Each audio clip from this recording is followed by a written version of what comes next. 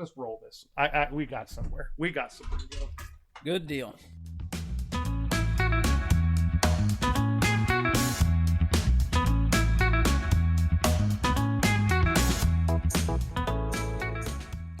Welcome to a BS podcast. We thank you for joining us again this week. And Mark is going to get us started this week. Apparently he has something on his mind. So what do you got?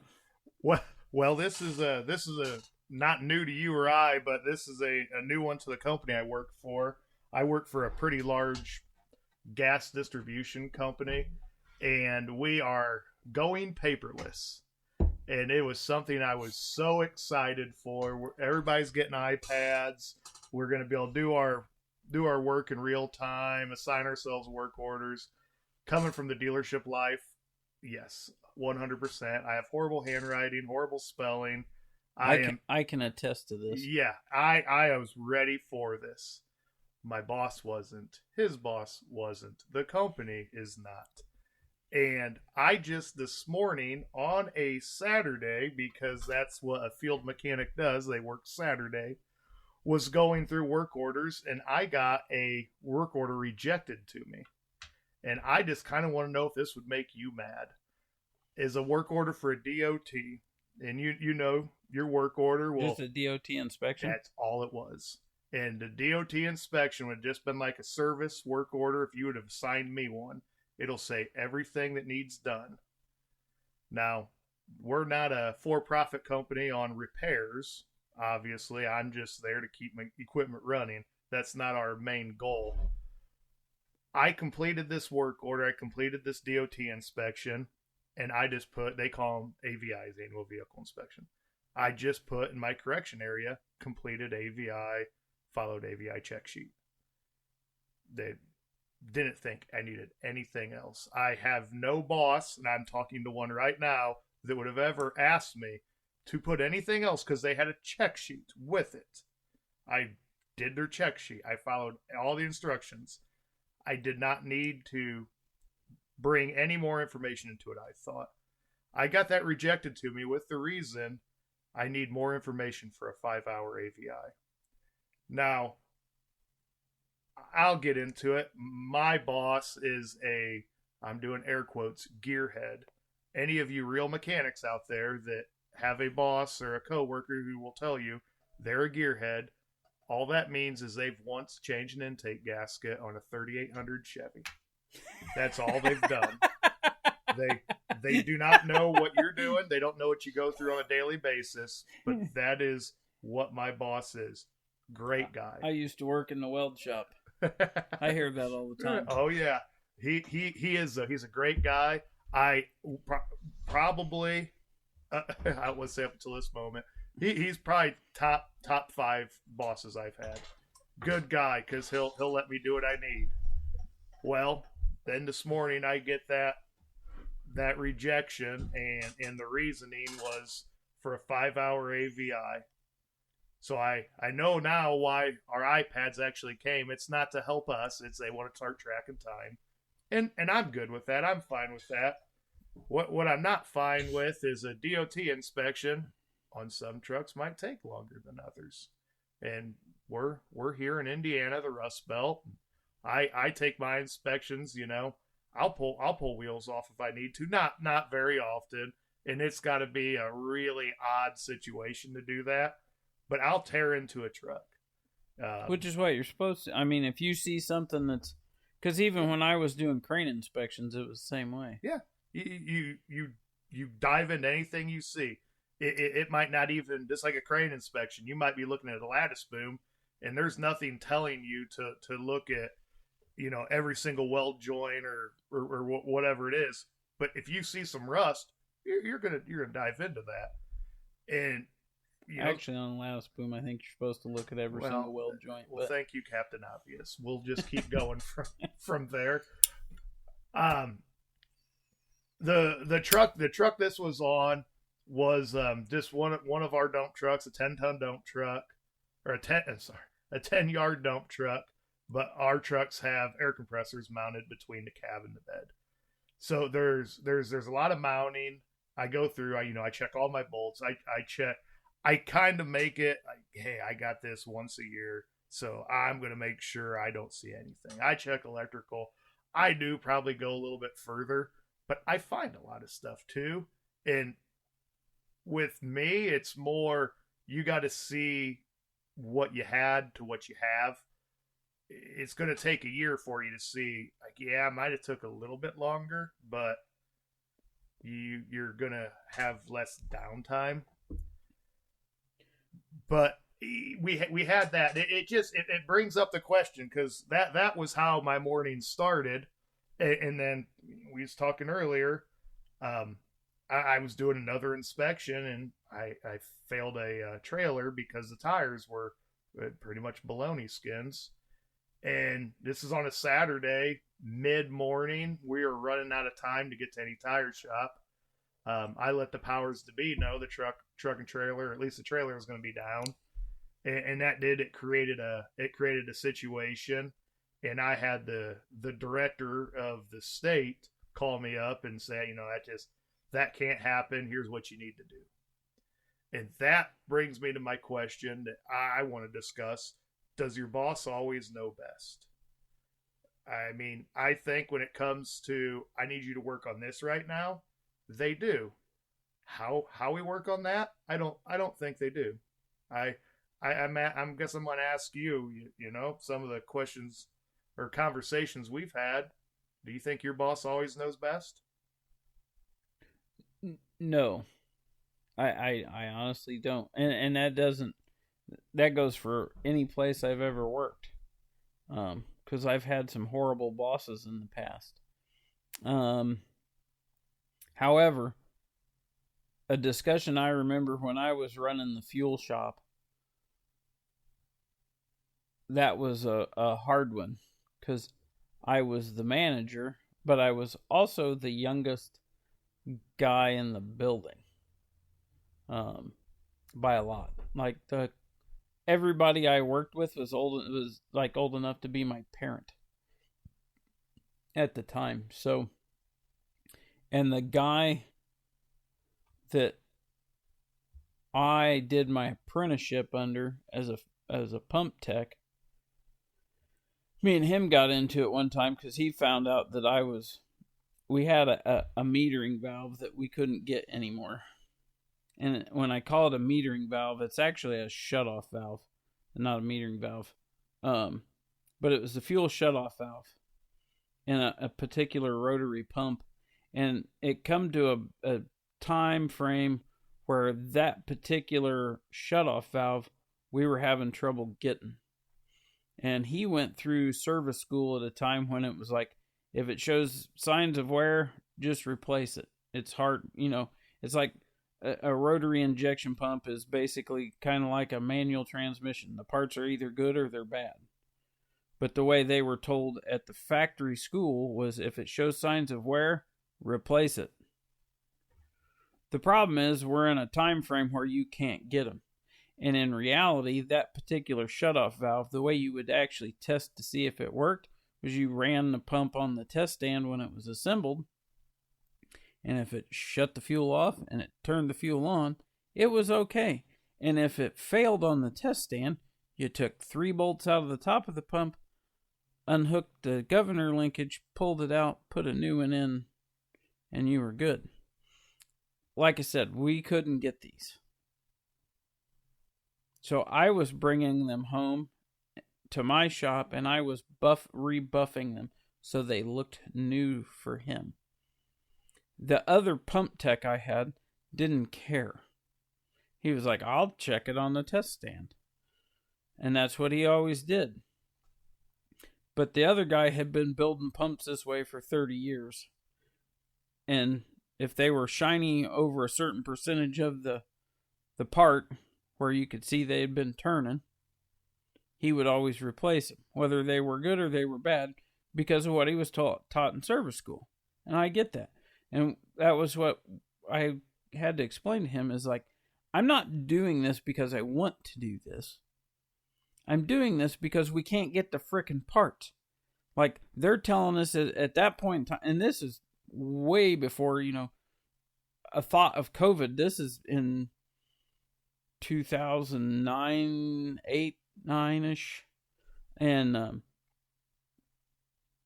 but like on that, I had to make a decision.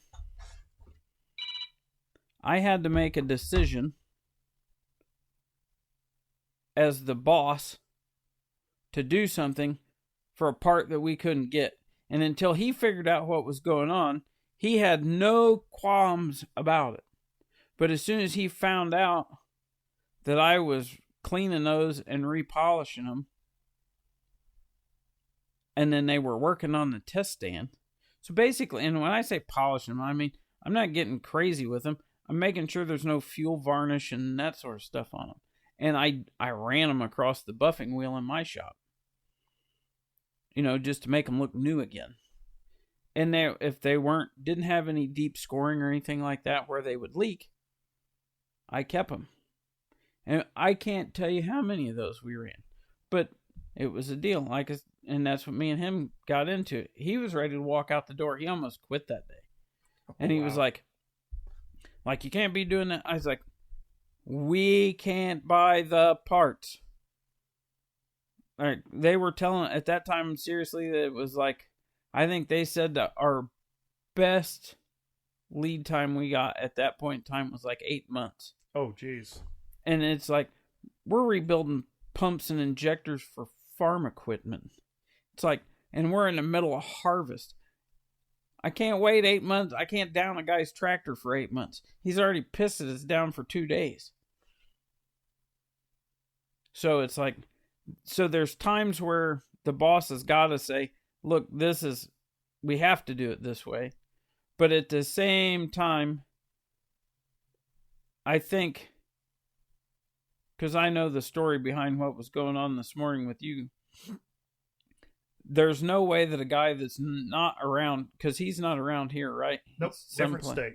Yeah, different state. Telling you that you need to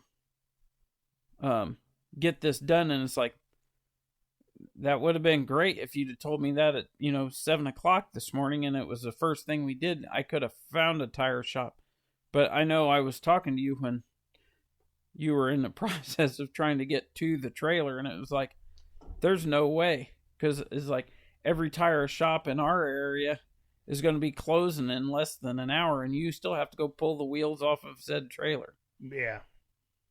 No, and that's... Okay, thank you.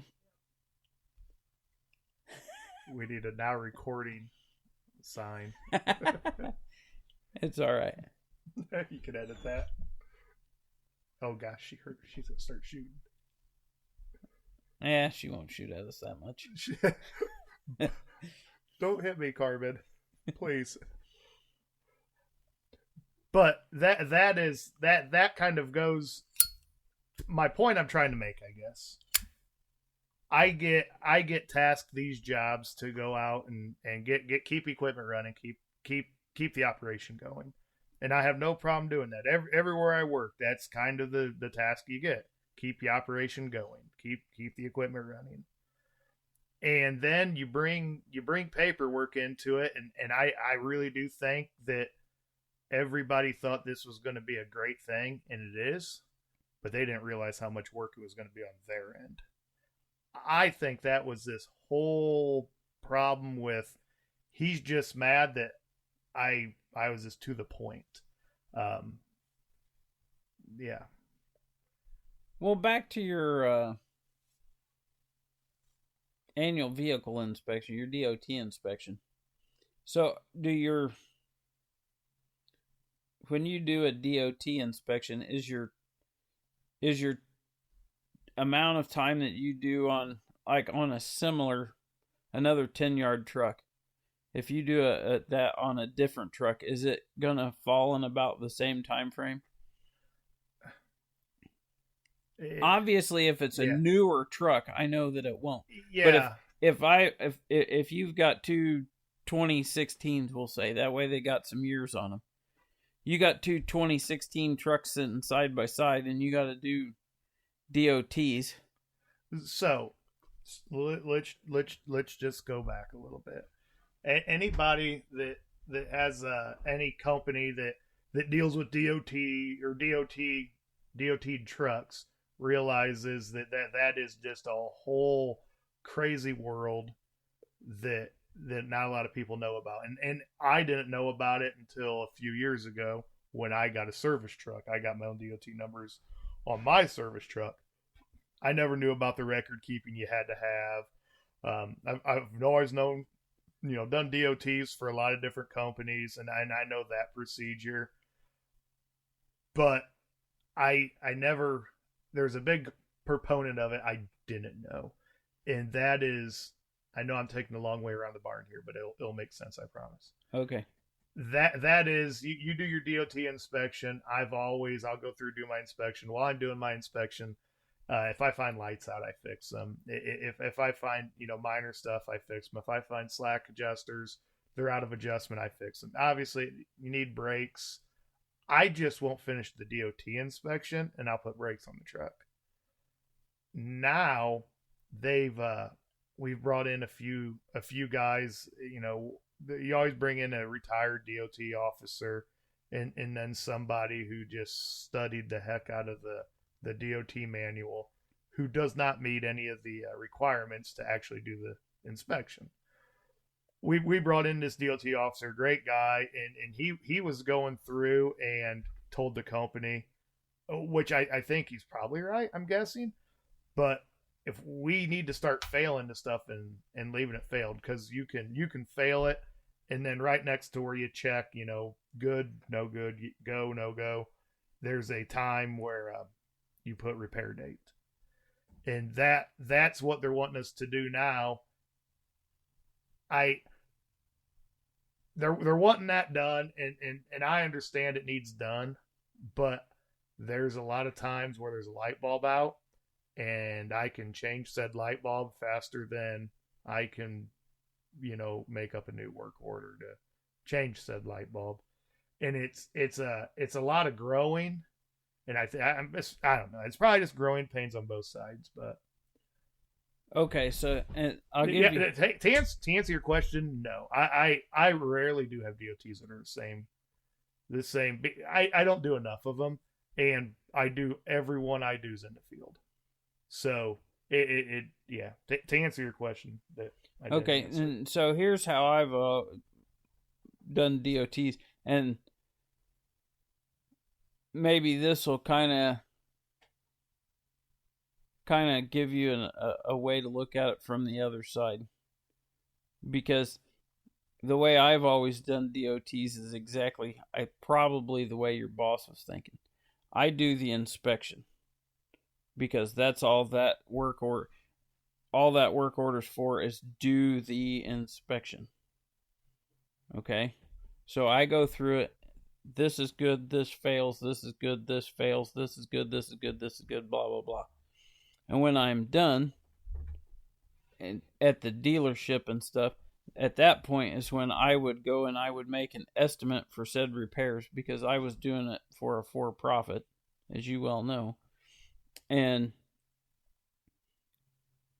I would then submit that to the service manager, the service writer, whoever I was dealing with at that point in time. You'd turn that into them. The inspection's done. The paperwork's in the truck.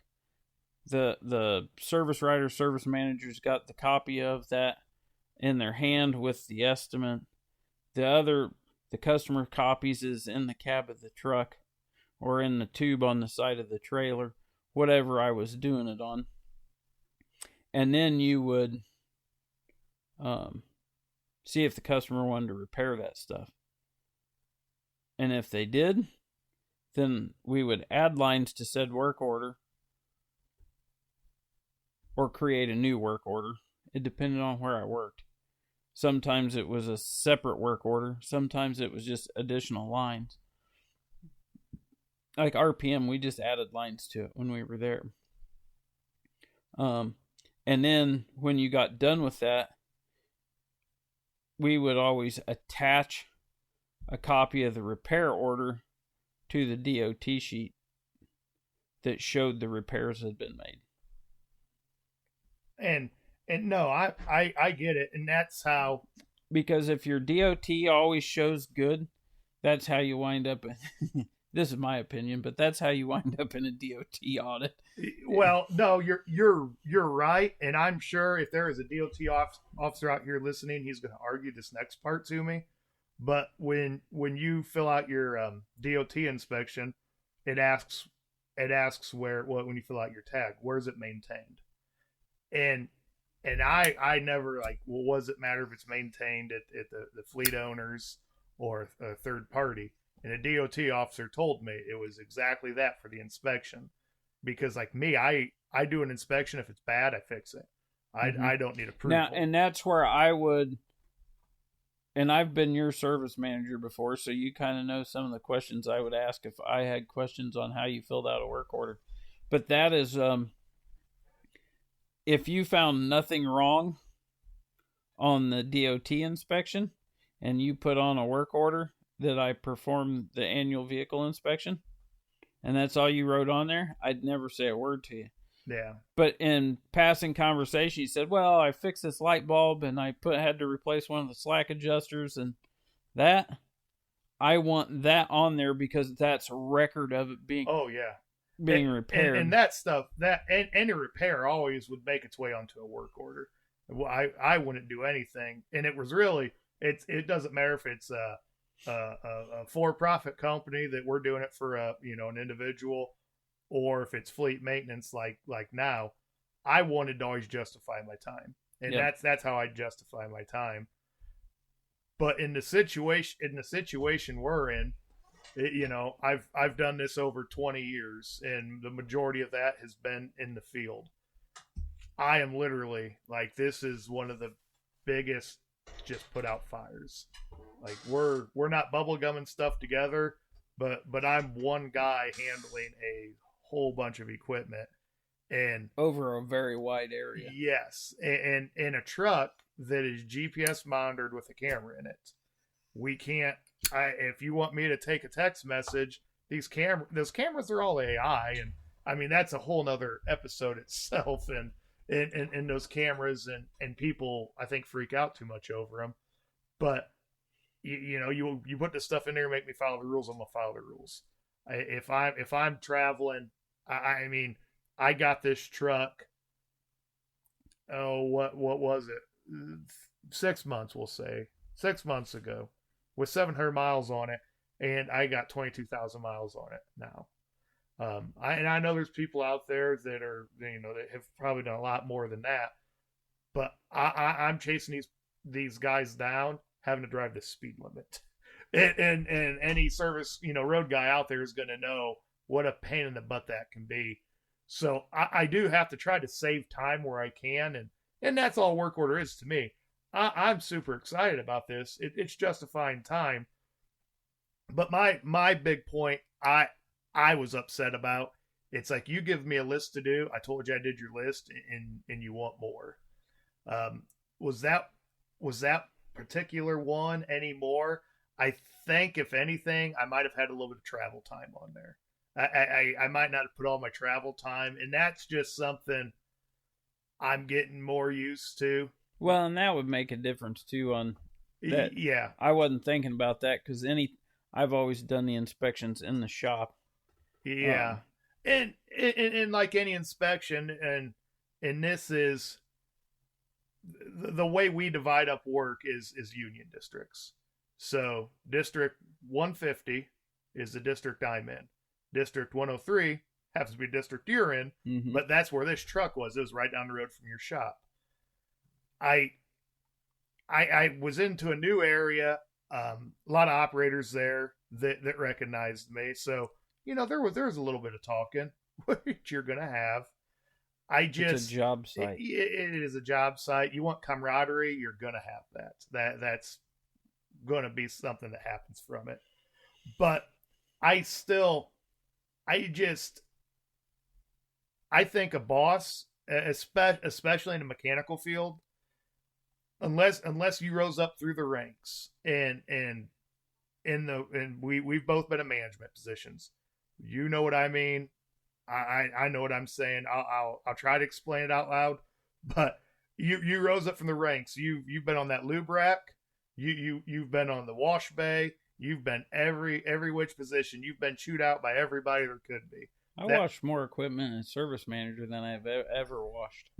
well, and you know the importance of it though. That was a big thing you were about, was keeping equipment clean, which it should be a big thing for anybody. I don't want to sit here and make this a therapy session about my thoughts on my boss, because I really do think he's a great guy and he's a great boss. It's just, you stay in your lane, I'll stay in mine. Well, and to me, that's a place where the boss, your boss that's here in the state, in my opinion, comes into play. So, like today, if the guy that's your boss that's not in this state calls you and tells you this is what needs done, but doesn't grasp the fact that you're asking this too late in the day. I mean, because let's be honest, if they didn't put a time limit on you and what you wanted done, I'd have said, let me know, I'll meet you on 15 and we'll just run to my brother's shop, 2.5 hours south of here, and we'll mount all them tires. We'll drag them back. Yeah. Oh yeah. And that's another situation. Is the boss always right? I've yet to ever meet a field guy who just wanted to waste time. You're not going to get in that position being lazy. You're not getting in that position wanting to waste time. All we want to do is go to work, get all of our jobs accomplished, and go home with all of our fingers. Mm-hmm. At the end of the day, that's all we want. And that's all I was after today. But it really did. It got me thinking. It's like, stay in your lane, man. That's the only trouble I see with a lot of these bigger companies where they're multi-state, is because I remember Bacon's dad coming around 465 one time. The company he works for is like, they're based out of a state down south. Like, I don't know, Georgia, Alabama. I couldn't, down that direction anyways. But he'd been in the southern part of Indiana, or central Indiana, one or the two, been doing some annual inspections. Was coming around 465. And if any of you listening have ever drove around 465, especially in the last 10 years, 465 is like the new motor speedway. Like, I've been passed doing, with my cruise set at 80 miles an hour, I've been passed by the cops. 465 is a 55. Nobody does 55. You'll get killed doing 55 on 465. Yep. And Bacon's dad's rolling around 65 or 465 in the slow lane doing 65 miles an hour. Of course, his truck's GPS tracked and all that. The home office is calling him raising six kinds of heck because he's going 10 mile an hour over the speed limit. He's like, if I'm already in the slow lane getting passed by the tractor trailer truck, if I go any slower, I'm going to die. Yeah. And that's where those people, if they were that concerned about it, should have called whoever the person is in Indiana and said something to them and resolve that situation that way. Because they could, to me, that's what the local boss's job is. If the bosses from out of state are calling you directly, to me, that tells me that the middleman is not needed. Yep, exactly. But the reason the middleman's needed is that's the guy that can explain why you couldn't get these tires done today. Well, we didn't send him to go do it until all the local tire shops are closed. Well, and then you told me I can only work so many hours on Saturday, so I can get this done, but I can't do it in the time frame that you told me I had to work in. And that turns into that is the company I work for is over multiple states. It is a conglomerate. We are a small company. I don't want to say a small company. We are a small offshoot of a very, very, very large company. And just like you're saying there with Bacon's dad getting a call from our issue is I'm the only in our department. I'm the only person here. I actually found out we just hired somebody. A job I talked to you about. We just hired a guy, and that is great. He's going to be in Ohio all next week over with my boss, getting trained up, getting ready. My training for this now, granted, with the experience I would not expect a lot of training, but I had probably all after I did all my OQ testing, I probably had all of 2 hours, and that was just like, here's the phone numbers you need, here's a cell phone and the keys to a service truck, and that's I'm okay with all that. I really am. It's when I come here to do this job of being a heavy equipment mechanic, and then you micromanage. And I don't know if that's what it is. You've worked with me long enough to know I don't micromanage people, and I don't want to be micromanaged. Like if I'm messing up, come tell me I'm messing up. And I know what everybody's thinking. Well, that's what you were told on this tech or this work order is you need more detail, and that's fine. But sometimes I think there's a phone call, because maybe I'm a guy that will misinterpret text really, really bad. Mm-hmm. I will look at that and just fly off the handle. But also I we were talking earlier, is the boss always right? I think with procedure, 100% they're right, because it's their way. Yep. But how many times have you been asked to weld something and they just want you to MIG weld it when the MIG welder should never even touch it? Or the MIG welder you have shouldn't touch it. Yeah. Well, the old guy did it. Then they never put two and two together that you're fixing it because the old guy MIG welded it. Mm-hmm. And there's 10 different ways we could go from here. Like the safety guy asking you, "Are you certified? You certified for welding?" Is that is that a rabbit hole you want to go down right now? No. Yeah, and that's the safety guy. That's a boss to me. They know right with procedure. I will give that to them 10 out of 10 times. But when it comes down to the actual job, I don't think a lot of them do anymore. Who wants to be a service manager? Not me. Yeah, there's not enough money. We've both proved that. Now, people that are in that position are probably in that position for a few different reasons. Your boss, he come right out of the field. He knew what he was doing, or was in the field at least. But I take that back. I would be service manager again for the right company. Yeah. Because I don't mind doing the service manager job. Because I don't mind being told that I'm a unpleasant person and I'm doing this and I'm doing that. I'm okay being the fall guy for the angry customer on the other end of the phone. That's never bothered me. It's the corporate crap that always kills me it's like, you hired me to do this job, kind of like you're saying, don't micromanage me. Leave me alone and let me do my job. Yep. I'm going to understand that if my boss was somebody, as a service manager, if my boss was somebody that had done my job, the mechanic job before, or the welding job before, and knew more about it than me, that's one thing. And I understand a lot of times, like, the boss that the service manager might be dealing with might be the owner of the company. Well, that's fine.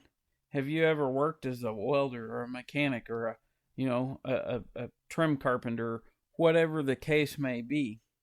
Well, if they haven't, You need to shut your pie hole as the boss or the owner or whatever the case is and listen to your employees, which I'm sure we're preaching to the choir at this point on that end, but Well, as far, and I guess to finish beating the dead horse, but as a service manager, I think the only way, if you're an organization freak, it don't matter if you have zero mechanical skills in you.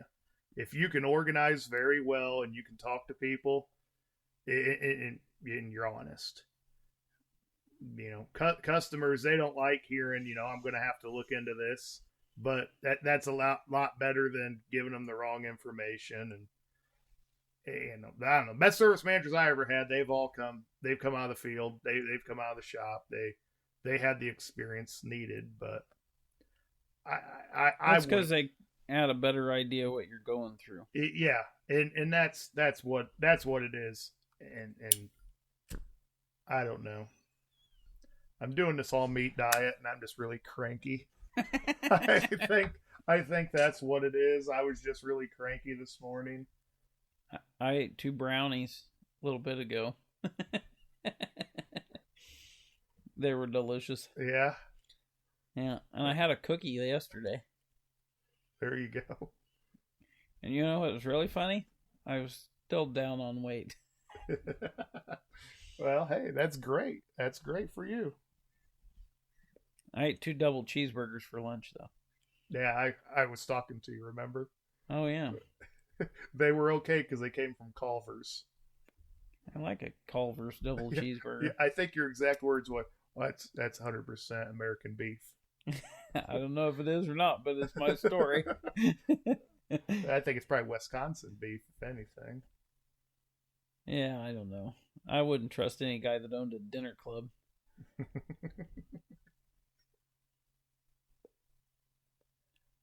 Is that all we got? I don't know, unless you got something. I don't. So if you got a little time for a rant. Oh, this will be good. No. So Lake House is for sale. And then before anybody says anything at all, it is a cottage. Our lake cottage is for sale. His lake cottage is bigger than my house. It is nowhere near. It's a little bit bigger than the building we're in right now. And the lot is just a little bit bigger than the house that's sitting on it. It is. You can mow the grass with a weed eater. Yes. And my neighbor does that. It's for sale right now. We live in an area, northern Indiana, and we live in the heart of all the lakes. So I think out of all the houses, we're closer. It's an A-frame house, and we're closer to the bottom on pricing, and should be pretty attractive. And we keep getting showings, and the house has been for sale for a couple months. So it showed Friday. Yesterday was Friday. And they can leave you feedback. Well, the feedback, it just said, I'll call you. That's kind of weird. So my realtor called on Friday and told me, it's like, well, it's the first house they looked at. And I don't know. I think we should lower the price. Now, when we started, she came, looked around the house, pulls a bunch of comps, and she wanted the price to be $320 some thousand. And you can always go down, so I get it. We ended up listing the thing for $279. So we come a lot lower on price because I thought she was kind of crazy, and everybody that's looking at this house, their comments are always, we love your house. We love your location. Because it is, I would say, it's probably one of the prime spots on the lakes to watch boat traffic. I was going to say, it's a nice spot on that lake. Yeah. It's an A-frame cottage, and I get that. It's priced for that. But to put it, well, the way I put it to her was, the houses these people are wanting, our house, the first number in the price is a 2. Like, the houses they're wanting, those first number in those prices are a 3 or a 4. is anybody explaining this, or are realtors just door openers?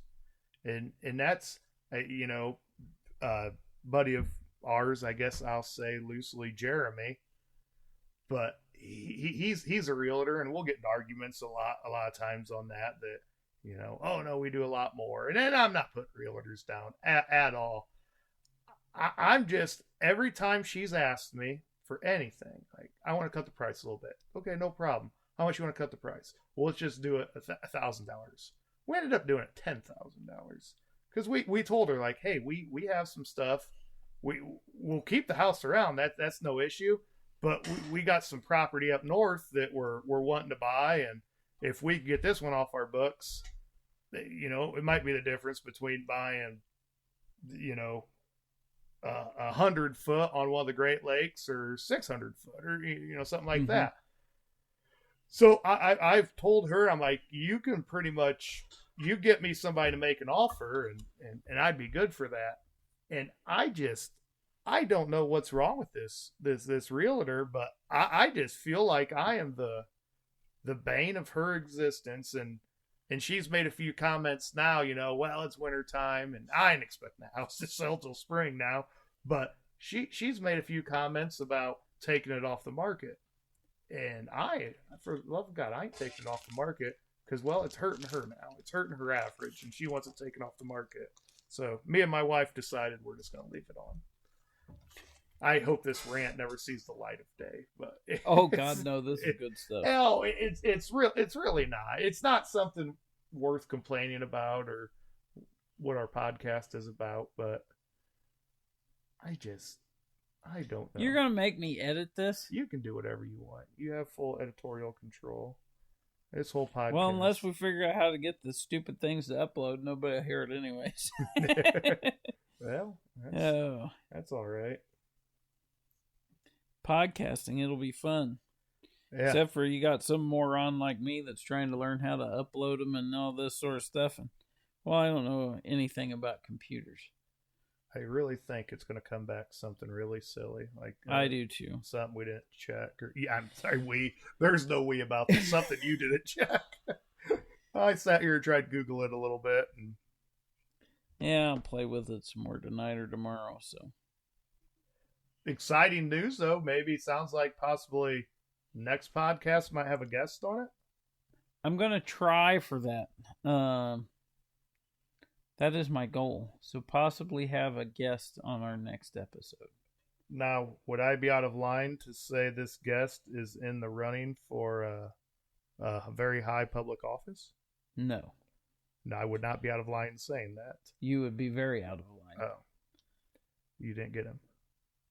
No, I didn't even try. Oh. Then what am I doing here? And besides that, by the time this episode airs, we'll already know who that is, and at that point, there's no way that would happen. Because I'm probably already on a watch list. Oh, yeah. Yeah, you are. Your YouTube channel puts you on a watch list.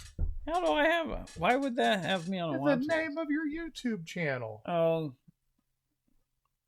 I can't believe you're not on here plugging that damn thing. That's coming, isn't it? No. Oh, whatever. The other way around. Once we get this rolling, I'll probably start plugging this podcast on the old YouTube channel, though. We should get Elon Musk on. Yeah, I'm sure he wants to talk to two knuckle-dragging rednecks from northern Indiana. You think? No. What about like Whistling Diesel? He could help us out. We'll let him blow your truck up. I can do that on my own. I know. We just. Besides that, Did you see I gotta drive it far enough to justify the money I put into putting a rear end in it. What was his last one I seen? He had like a 9600 Deere combine or something. I don't know. I was watching him build the new killdozer. Yeah. Oh yeah, he had all those pipeliners out there weld that thing up. Yeah. Well, that's we ought to do that. Not a killdozer. Definitely not a killdozer. We definitely have people showing up. Oh, fucking we our yeah, basement's the only thing that stop ours. I promise you that, and we'd be rolling coal the whole time. Like they'd call Cat up like, we got a D11 out here going crazy.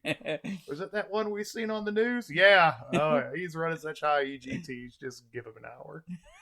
Be out of fuel or blow a torque up. Speaking of that, that's one thing I've noticed. We've got like 2 engines apart at work. One in a semi and one in really? Yeah, one in a compactor. Is it by chance? Well, what semi? Don't say one of the Pete's. Yeah. It's one of the Pete's. There was... I'm not sure whose, though.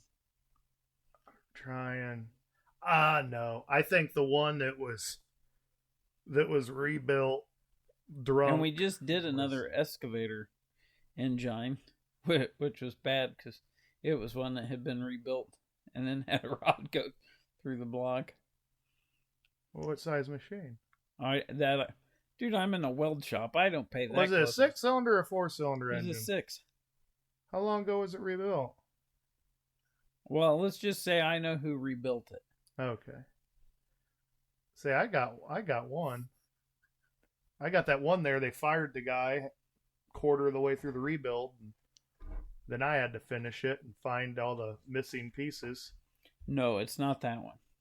I was gonna say, I thought that one was running pretty good. It's not that one. So. Oh, okay. I know who rebuilt it then. Yeah. That poor guy. No, that's... So yeah, build a killdozer. Let's get right on that. This is exactly why I say, well, what do you want to talk about? Well, we talked about it. I think we got a pretty good podcast. I can't see the record time to know how long we've been going. We've been rambling for 45 minutes. Yeah, they'll get used to that. They won't get used to it. No one's hearing this. They will eventually. Yeah, can we pay to make people hear this? I have. Oh. And I still can't get it going. Oh, Lord. We're so dumb. If there's anybody out there that has any idea on how to make this better. The bad part is you're talking to people that can't hear us yet. Yeah. Gosh. We'll figure it out. We're just terrible. All right, let's wrap this one up. All right, send it home. So we appreciate you tuning in to a BS podcast. Thank you for being with us, and we will talk to you again soon. Oh, wait. You told me something we were supposed to start remembering to tell people. Like and subscribe. Or no, this isn't YouTube, you jackwagon. Hold on. God. Hold on. I'm looking for a new podcast co-host because mine's a moron. This is confirmed. Okay. Well, what are they supposed to do then? Almighty? They're supposed to subscribe and leave us a comment. And rate it. Rate it. And rate it. That's what Dan Bongino says. Rate it. Yes. Rate it. And I want you to rate it on Spotify if it ever makes it to Spotify. It's the one place yeah. Because, well, Apple's the devil. That is not just because you don't understand their technology. That's because I'm a grown man. No, it has nothing to do with being a grown man. It is a superior phone. We downloaded a podcast with an iPhone right now. It'll be up and going. You couldn't figure it out. It doesn't matter. That's me. That's not Apple. Okay. No, we're not killing this because the good people need to understand your phone breaks mysteriously every 6 months. This phone here's like 8 years old. The only reason that phone's broke is because I may or may not have dropped it and then stepped on it. Yeah, no. You can't. Don't be holding this against Apple. I'm not. Android's not a bad thing. It just makes me mad that everybody, and I understand why they do it. It just drives me nuts that everybody says, "Oh, well, leave us an Apple review." It's like, and you'll be in a chance to win this. It's like I don't have one of them junk phones. Why don't we do that? What? Leave us a review, And if we get more than 100, we'll give somebody a free shirt. What kind of shirt? I don't Quit care. making this stuff up. We're not giving away anything yet. Just hold on. Hold on. Just leave us a review, and I will go take something to Bob's and mail it to you. That's not going to happen. It will most definitely happen. It is not going to happen. Any comments, you can send a P.O. box. Like he said, please subscribe to the This is a podcast. YouTube. You can still subscribe or follow or whatever it is you do. Follow the podcast. And whatever platform you're listening to us on, if you're listening, I don't even know what I'm saying. Whatever platform you listen to podcast on, if they'll take a review, please leave us a review. So, unless it's a bad one, then keep that shit to yourself. Hey, this is a clean podcast. You can't say that. Keep that stuff to yourself. Because we're trying our hardest here, and we're not very smart. All right. We'll talk to y'all again soon. Thanks for listening.